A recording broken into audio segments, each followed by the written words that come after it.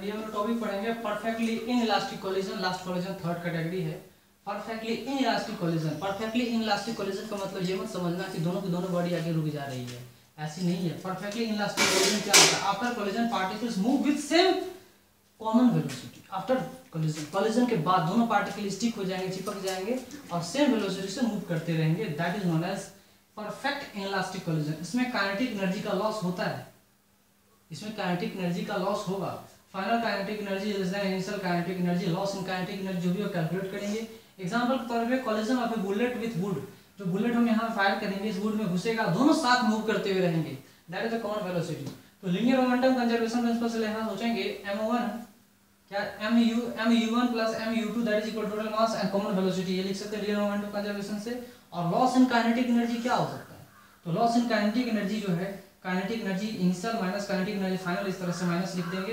तो आप इसमें से इस वैल्यू को भी यहाँ पुट करके देख सकते हैं इक्वेशन क्या आएगा। u1 और u2 के टर्म में आ सकता है, या इन दोनों को सॉल्व करके भी यहाँ पे आप देख सकते हैं कि क्या कहानी आएगी। ओके, तो जो कुछ भी है इस तरह से हमारे पास तीनों कोलिजन्स हमने पढ़ लिया अच्छे से। अब हम लोग पढ़ेंगे दूसरा टॉपिक जो velocity of separation, coefficient of restitution है ना, इन सब चीज़ों के बारे में पढ़ेंगे। ओके, चलिए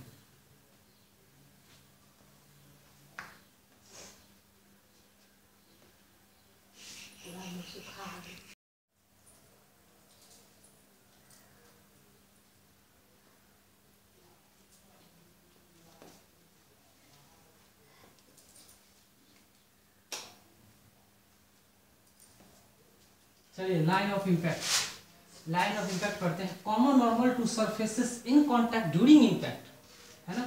जब इम्पैक्ट होगा, जब कॉलिजन होगा तो कॉमन नॉर्मल यहाँ टकराएंगे, कॉमन नॉर्मल के लोग टकराएंगे, है ना। Common normal to the surfaces in contact during impact, है ना। कॉमन नॉर्मल टू सरफेसेस ये कहलाता है लाइन ऑफ, ये जो कहलाएगा, ये क्या कहलाएगा? लाइन ऑफ इम्पैक्ट, ये कहलाएगा लाइन ऑफ इम्पैक्ट। ठीक है, तो डायरेक्ट इम्पैक्ट, इसमें आप डायरेक्ट इम्पैक्ट देखिए, velocity of two particles are directed line of impact, direct impact है ये। ठीक है, ऑब्लिक इम्पैक्ट, इसमें पार्टिकल्स अलग अलग डायरेक्शन में जा रहे हैं, सेम डायरेक्शन में जा रहा है, अलग अलग डायरेक्शन में जाएंगे। फिर यहाँ पर टकरा के हो सकता है ये v1 इधर चला जाए और v2 इधर चला जाए। ठीक है, m1 इधर चला जाए और m2 इधर चला जाए। ऐसे ऐसे कोलिजन को हम ऑब्लिक कॉम्पैक्ट बोलेंगे, ऑब्लिक कोलिजन बोलते हैं। ओके, चलिए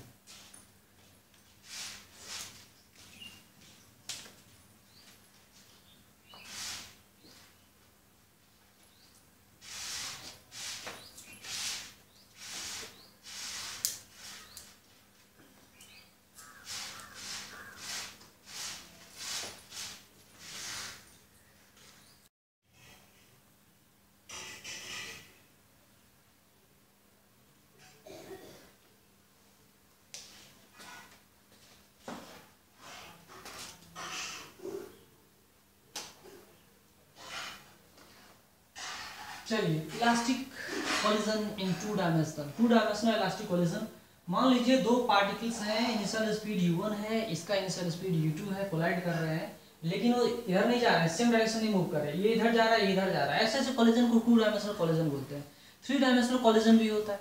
थ्री डायमेंशनल कोलिजन को भी आप समझ सकते हैं, x direction, y direction, z direction. अब इस तरह से हम लोग यूज करके कर सकते हैं, कोई बहुत बड़ी बात नहीं है। तो एक्स डायरेक्शन, वाई डायरेक्शन और जेड डायरेक्शन, तीनों डायरेक्शन में आप कर सकते हैं, कोई बहुत बड़ी बात नहीं। कोलिजन हो सकता है, थ्री डायमेंशनल में भी होता है। नॉर्मल हमको नॉर्मली वन डायमेंशनल और टू डायमेंशनल पढ़ना है ना। By linear momentum conservation principle in x direction, x and y directions, m1 u1 plus m2 u2 that is equal to m1 v1 cos theta 1 plus m2 v2 cos theta 2। x direction में linear momentum conservation apply करेंगे, इसका velocity का x direction में एक component, इसके velocity का x direction में component, वो हमने लिखा है। ये लीनियर मोमेंटम इन x डायरेक्शन है, देख लीजिए। y डायरेक्शन वेलोसिटी कितनी है? 0, तो इस तरह से हमने लिखा है। फिर दोनों इक्वेशन को यूज करके sin थीटा और sin थीटा 1 को यूज करके हम लोग इक्वेशन सॉल्व कर सकते हैं। इलास्टिक कोलिजन है, इसलिए काइनेटिक एनर्जी क्या होगा? क्या कंजर्व रहेगा? नहीं, कंजर्व नहीं रहेगा। Initial kinetic energy is equal to final kinetic energy, conserve नहीं रहेगा, ये बात याद रखिएगा। लेकिन initial kinetic energy equal to final kinetic energy, conserve नहीं रहेगा। ओके, हेड ऑन कोलिजन क्या होता है? हेड ऑन कोलिजन एक ऐसा कोलिजन है जो फोर्स जो है कोलिजन के दौरान इनिशियल वेलोसिटी की तरफ लगता है। इनिशियल वेलोसिटी जिधर है उधर ही लग रहा है फोर्स, उसको बोलते हैं हेड ऑन कोलिजन। ओके, इस तरह से हम लोग इलास्टिक कोलिजन पढ़ लिए। चलिए, thank you.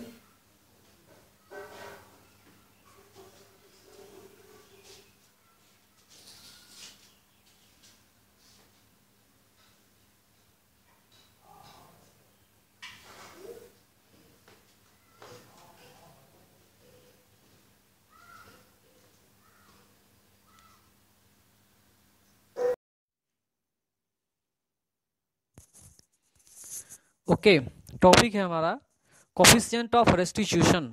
Coefficient of restitution में हमें कोफिशिएंट ऑफ रेस्टिट्यूशन को स्मॉल ई से डिनोट करते हैं। जनरली आप कॉलिजन देखते होंगे, कॉलिजन में जनरली जो होता है कॉलिजन प्योरली इलास्टिक नहीं होता, ना प्योरली इन इलास्टिक होता है। तो इसमें अगर ना प्योरली इलास्टिक कॉलिजन है, ना परफेक्टली इन इलास्टिक कॉलिजन है, तो velocity of separation is not equal to velocity of approach.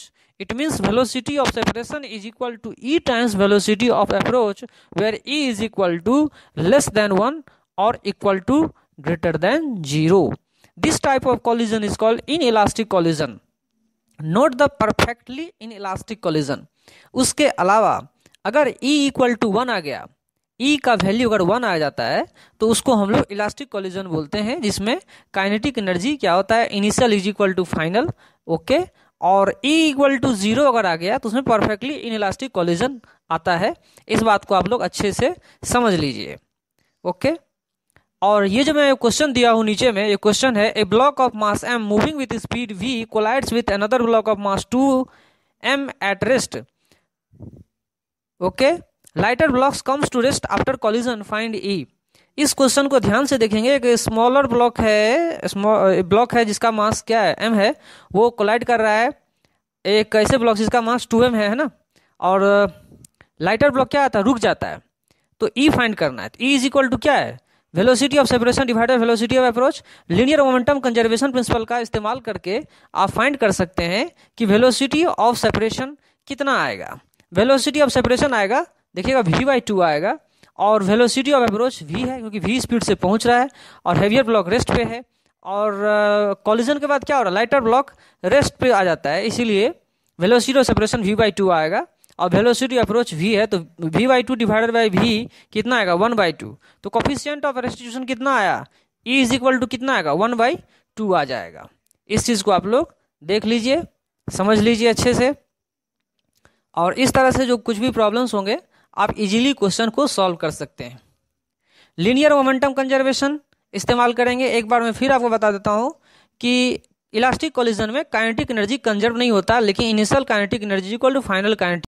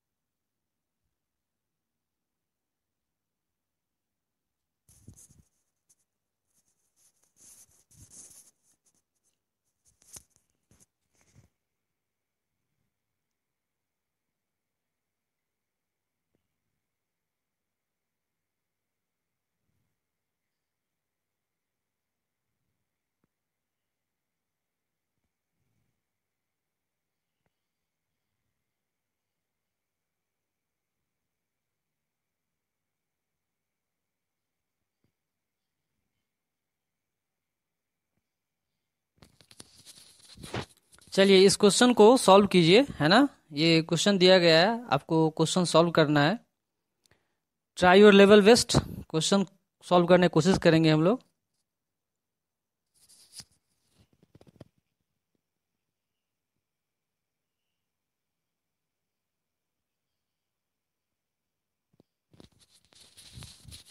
अब चलिए इस क्वेश्चन को सॉल्व करते हैं।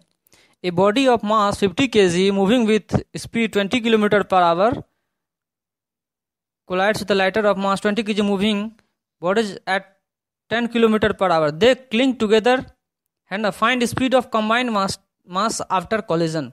दोनों अपोजिट डायरेक्शन में मूव कर रहे हैं। Okay, what will the combined speed of this mass, है ना। तो परफेक्टली इनइलास्टिक कोलिजन है, तो एक ही वेलोसिटी के साथ वो क्या करेंगे, मूव करेंगे। Velocity of separation equal to 0 आ रहा है, कोफिशिएंट ऑफ रेस्टिट्यूशन क्या हो रहा है, ई इक्वल टू 0 आ रहा है। अपोजिट डायरेक्शन से बॉडी आ रहा है, एक दूसरे के साथ चिपक रहे हैं, है ना। लीनियर मोमेंटम कंजर्वेशन प्रिंसिपल का उपयोग करते हैं हम लोग, यूज करेंगे। यहाँ पे क्या होगा, 50 kg का बॉडी 20 किलोमीटर पर आवर की स्पीड से जा रहा है और अपोजिट डायरेक्शन में 20 kg का मास है और 10 किलोमीटर पर आवर के स्पीड से एक बॉडी आ रहा है अपोजिट डायरेक्शन में, तो ये लीनियर मोमेंटम आ गया। अब ये दोनों चिपक जाएंगे तो नेट मास कितना होगा, 50 plus 20 that is equal to 70 into v naught. 1000 में से 200 जाएगा, कितना आएगा, 800 आएगा ना। तो V naught is equal to 800 by 70, 80/7 kilometre per our.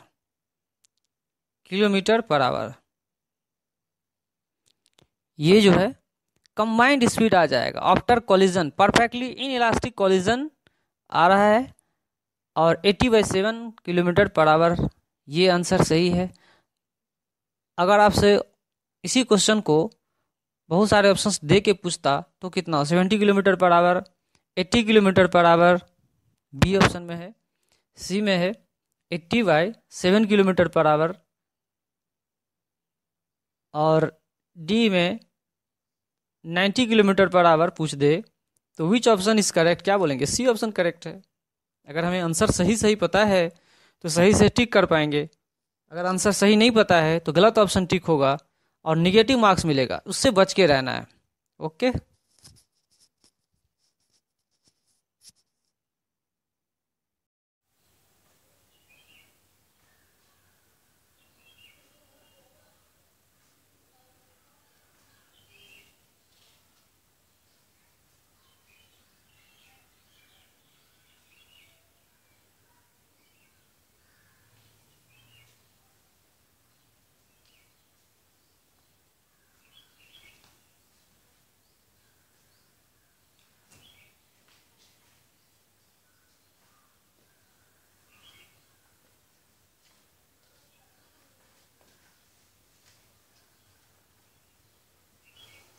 Okay, अभी हम लोग क्वेश्चन सॉल्व करेंगे।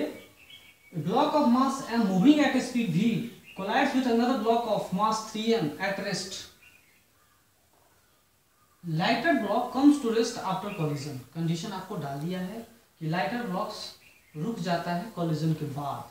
Find coefficient of restitution. Coefficient of restitution क्या होगा, ए बी सी डी, कौन सा ऑप्शन सही है वो आपको बताना है। काफी इजी क्वेश्चन है, टाइम लेकर आप बनाइए, है ना। काफी इजी क्वेश्चन है, बनाएंगे हम लोग, देखेंगे कैसे सॉल्व हो रहा है। पहला देखिए कि इसमें कोलिजन हो रहा है, कोलिजन का प्रॉब्लम है ये, और लीनियर मोमेंटम कंजर्व होना चाहिए, ठीक है। क्योंकि हमने मान रखा है एक्सटर्नल फोर्स अभी काम नहीं कर रहा, हॉरिजॉन्टली जो है ना काम कर रहा, बॉडी मूव भी स्पीड से आ रहा है, दूसरा ब्लॉक भी क्या कर रहा है, 3m मास है उसका, रुका हुआ है, रेस्ट पर है। ओके, तो लीनियर मोमेंटम कंजर्वेशन प्रिंसिपल का यूज करना होगा। लीनियर मोमेंटम कंजर्वेशन प्रिंसिपल, यहाँ पे एक्सटर्नल फोर्स हमको मानना होगा इक्वल टू 0 है, बॉडी एक्सेलरेशन में नहीं है, सिर्फ कोलिजन हो रहा है, कांस्टेंट वेलोसिटी से बॉडी मूव कर रहे हैं, है ना। तो लीनियर मोमेंटम कंजर्वेशन प्रिंसिपल से यूज करेंगे तो इनिशियल लीनियर मोमेंटम कितना है, तो इनिशियली ये ब्लॉक m मास का ब्लॉक ये v स्पीड से मूव कर रहा है, लेकिन ये दूसरा ब्लॉक जो है वो रेस्ट पर है। बात को समझिएगा। दूसरे बाद क्या हो रहा है, ये जो लाइटर ब्लॉक है, ये वाला ब्लॉक रुक जा रहा है, उसकी लीनियर मोमेंटम क्या हो रही है, फाइनल रुक जा रही है, उसकी लीनियर मोमेंटम 0 हो जा रही है। अब इसकी वेलोसिटी क्या होगी ये बताइए। अब 3m मास वाला जो बॉडी था उसकी वेलोसिटी, फाइनल वेलोसिटी क्या होगी, it is final velocity, it is initial velocity. तो अब बताइए v नॉट है कितना, तो v नॉट भैया मेरा 1/3 ऑफ वी आ रहा है। ओके, जो इनिशियल स्पीड था उसका 1/3 स्पीड ऑफ हेवियर ब्लॉक का आ जा रहा है। तो coefficient of restitution, coefficient of restitution को हम लोग पढ़ेंगे, क्या पढ़ते हैं, इट इज ए रेशियो। ये क्या है, रेशियो है। तो इस तरह के रेशियो निकालने से आपको साफ पता चल रहा है कि इस तरह कॉलिजन इलास्टिक कॉलिजन भी नहीं है ना, इन इलास्टिक कॉलिजन भी नहीं है और परफेक्टली इन इलास्टिक कॉलिजन भी नहीं है। सॉरी, ये इन इलास्टिक कॉलिजन है, इलास्टिक कॉलिजन भी नहीं है, परफेक्टली इन इलास्टिक कॉलिजन नहीं है ना, इलास्टिक कॉलिजन है। ठीक है, तो इन इलास्टिक कॉलिजन में ये क्या होगा, इन इलास्टिक कॉलिजन में वेलोसिटी ऑफ, पहला लिखेंगे velocity of separation. Coefficient of restitution क्या होता है, सिंपली रेशियो है ये, और याद रखिएगा ये पॉजिटिव क्वांटिटी है, मतलब इसका magnitude. Velocity of separation divided by velocity of approach. ठीक है जी, चलिए, velocity of separation by velocity of approach. Velocity of separation, body कौन से स्पीड से जा रहा है, अरे भाई यही वेलोसिटी तो है, राइटर लोग तो स्टॉप कर रुक जा रहा है। तो वेलोसिटी ऑफ सेपरेशन क्या है हमारा, v0, जो फाइनल स्पीड है हेवियर ब्लॉक का वो, और इनिशियल वेलोसिटी ऑफ अप्रोच कितना है, तो v है, सिंपली रेशियो है। अरे v0 बाई v कितना है, 1/3। Option a is correct, b c d and all the other options are wrong. जितने सारे ऑप्शन हैं सबके सब रॉन्ग है। The only option is correct which is 1/3। ये करेक्ट ऑप्शन है, देख लीजिए, ये हमेशा पॉजिटिव क्वांटिटी होगा, लेस देन 1 होगा, अगर है ना लेस देन 1 और ग्रेटर देन 0, अगर इक्वल टू 1 हो गया तो इलास्टिक कॉलिजन। ओके, और है ना, तो इस तरह से हम लोग समझेंगे। चलिए नेक्स्ट क्वेश्चन, नेक्स्ट क्वेश्चन पे गौर फरमाते हैं, क्या कर रहा है नेक्स्ट क्वेश्चन, काफी इजी क्वेश्चन है। देखिए, a body at rest breaks into 2 pieces of equal masses. एक बॉडी है, ठीक है, जो रेस्ट पर है, ये एज्यूम करके चलना है, ये हाइपोथेटिकल क्वेश्चन है, एज्यूम करके चलिए कि बॉडी एक रेस्ट पर है और 2 पार्टों में टूट रहा है। कितने पार्टों में टूट रहा है, 2 पार्टों में टूट रहा है। Equal masses, parts will move in same direction और अलोंग डिफरेंट लाइंस और in opposite directions with equal speed और in opposite direction with unequal speed. क्या होगा इसका सॉल्यूशन, इतने सारे ऑप्शंस आपको दे रखे हैं, बताइए कि 2 मासेस हैं, तो पहले लीनियर मोमेंटम कंजर्वेशन, इसका हम सॉल्यूशन अगर ढूंढेंगे तो क्या आएगा, linear momentum conservation principal use करेंगे। एक्सटर्नल फोर्स अभी हम देख रहे हैं कुछ भी काम नहीं कर रहा है, एक्सटर्नल फोर्स कुछ भी नहीं, external force is equal to 0, so linear momentum conservation principle is applied here. Linear momentum conservation principle हम लोग देख रहे हैं ये कि बॉडी जो इक्वल मासेस के हैं वो क्या कर रहे हैं, रेस्ट पर हैं, इनिशियली क्या है, रेस्ट पर, तो initial linear momentum is equal to 0। अब क्या हो रहा है, दोनों की स्पीड पता करना चाहेंगे, पहले का v1 स्पीड और उतने ही मास का दूसरा बॉडी भी है, that is equal to v2 speed. अब क्या होगा, इक्वल मासेस है वो तो 0 हो नहीं सकता, इसका मतलब ये हुआ कि v1 plus v2 is equal to क्या होगा, 0। मतलब v1 is equal to minus v2। v1 जो है वो माइनस v2 के बराबर हो रहा है। मतलब कौन सा ऑप्शन सही है, डी ऑप्शन सही, इन अपोजिट डायरेक्शन, है ना, इन अपोजिट डायरेक्शंस। ये भी सही था लेकिन पूरी तरह सही नहीं था, इन opposite directions with equal speed. क्या ये सही है, देखिए, इन opposite direction with unequal speeds, कौन सा सही है, कौन सा सही है बताइए, इसमें से कौन सा ऑप्शन सही लग रहा है आपको। ये ऑप्शन डी गलत है ना, इन opposite direction with unequal speed तो नहीं होगा। यहां देखिए, वेलोसिटी का मैग्नीट्यूड निकाल लेंगे, कोई दिक्कत नहीं, स्पीड दोनों का क्या होगा, in opposite direction with equal speed. C option सही है, डी ऑप्शन गलत है, आप देख लीजिए। ओके, सी ऑप्शन सही होगा, डी गलत है। v1 plus v2 equal to 0, net velocity sum of velocities equal to 0, opposite velocities with unequal speed, यहां अनइक्वल स्पीड दे दिया ना, वो गलत कर दिया। ठीक है, इसी क्वेश्चन को हम दूसरे वे में चलते हैं, दूसरे वे में समझाते हैं। देखिए, अगर क्वेश्चन रहता एक बॉडी रेस्ट पर, सब कुछ सेम है, सब कुछ ठीक ठाक है, यहां पे एक पार्ट दे देता अनइक्वल वेलोसिटीज, तब आप क्या बताते, यहां पे अगर ये डाल दे अनइक्वल वेलोसिटीज और फिर यहां पे दे दे इक्वल स्पीड्स, इक्वल वेलोसिटीज, कौन सा ऑप्शन सही है, अब बताइए कौन सा ऑप्शन सही है, बताइए।